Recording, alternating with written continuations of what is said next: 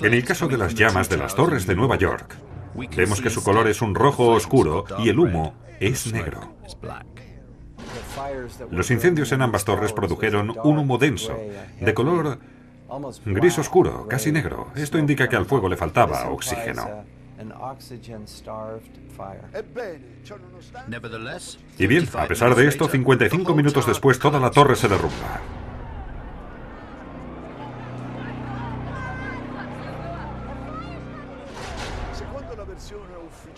Según la versión oficial, hubo un momento en que la estructura de acero de las torres cedió. Ya no tenía la misma solidez que al principio.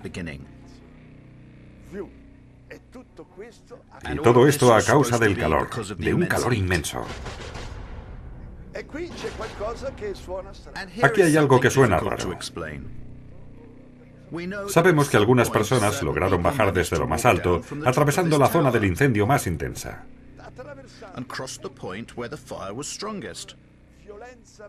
Y llegaron hasta abajo y se salvaron.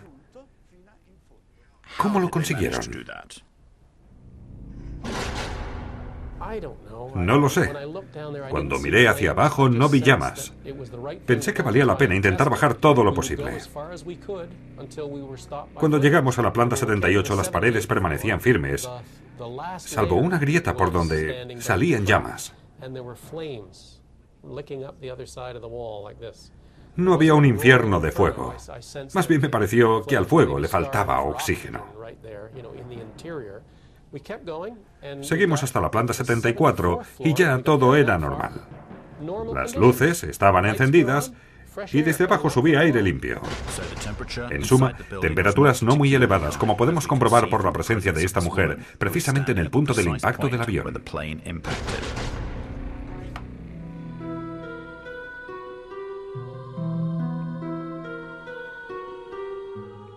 El NIST, para verificar la dinámica efectiva de los colapsos y la forma en que el calor afectó al acero, encargó numerosas pruebas, algunas de las cuales fueron realizadas por la empresa Underwriter Labs.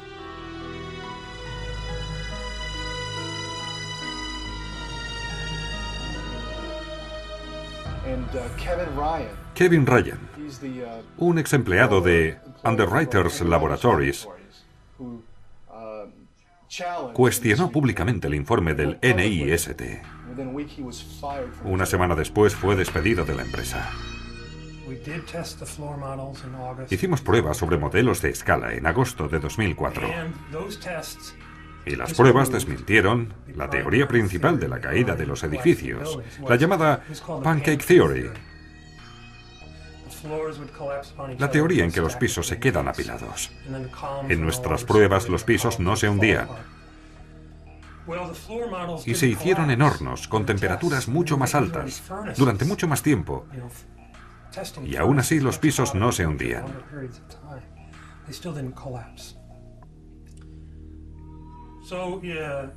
Meses después, el gobierno actualizó su informe y señaló que no solo no hubo colapso, sino que habían hecho pruebas con muestras que habían recuperado del incendio, que indicaban claramente que las temperaturas eran muy bajas.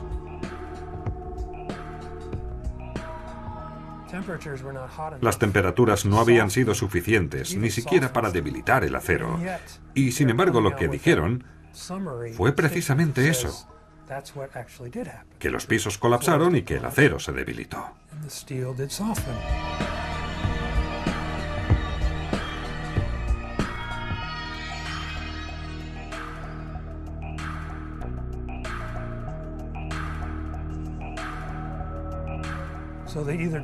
Por tanto, minimizaron los resultados de las pruebas o los ignoraron, y al final metieron todo eso en un ordenador.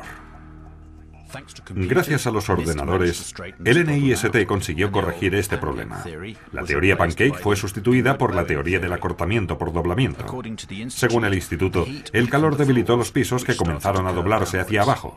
Los muros exteriores de las torres también se doblaron hacia el interior hasta no poder soportar el peso de las estructuras superiores. Su última teoría procede casi en su totalidad de la computadora, y el ordenador no es realmente accesible.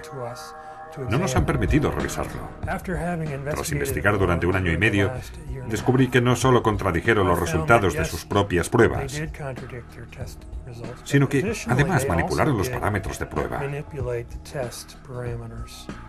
Se duplicó una cosa y otra se partió por la mitad. Por ejemplo, su versión dice que los aviones llevaban 13 toneladas de combustible. La aviación civil dice que fue un promedio de 6,5 toneladas. Por lo tanto, se duplicó, está claro. También se duplicó el tiempo de exposición al fuego. 90 minutos en lugar del que sabemos que fue. 45 y 50 minutos en uno y en otro edificio.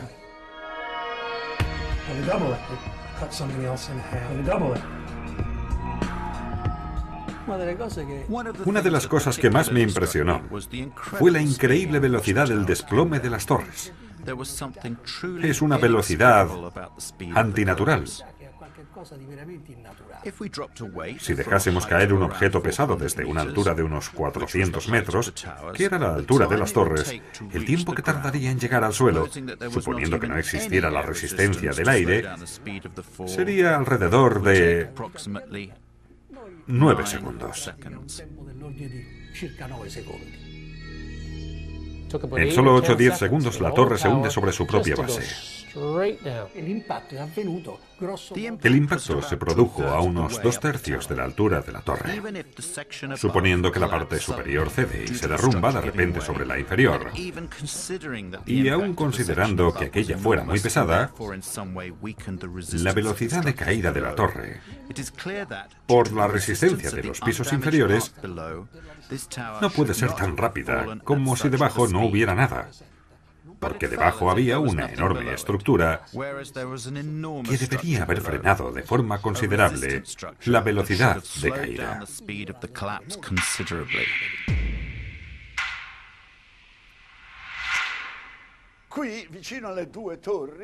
Aquí, cerca de las 2 torres, hubo otra gran torre que fue alcanzada por los desechos de esta torre y que también se derrumbó.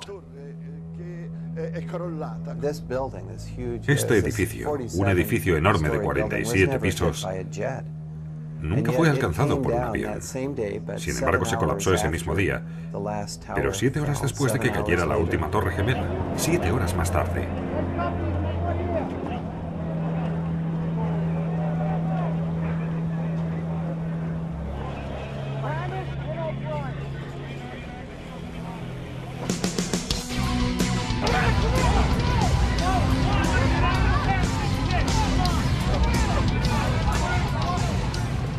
Hemos medido el tiempo de caída y es la velocidad de caída libre.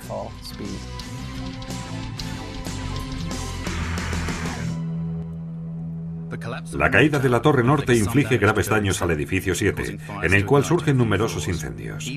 Son esos daños y el fuego, según la versión oficial, lo que provocan su desplome.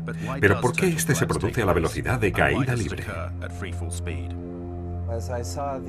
Cuando vi el desplome del World Trade Center 7, entendí que se trataba de algo que se debía estudiar y que no se podía pasar por alto. Pero eso no es todo.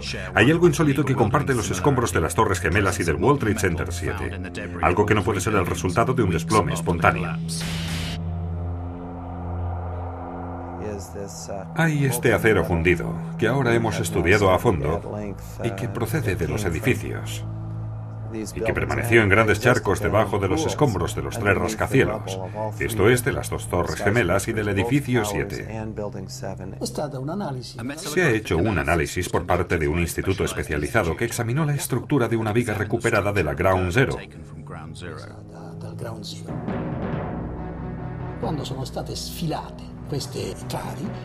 Cuando estas vigas se extrajeron de los escombros, parecía como si una parte de ellas se hubiera derretido.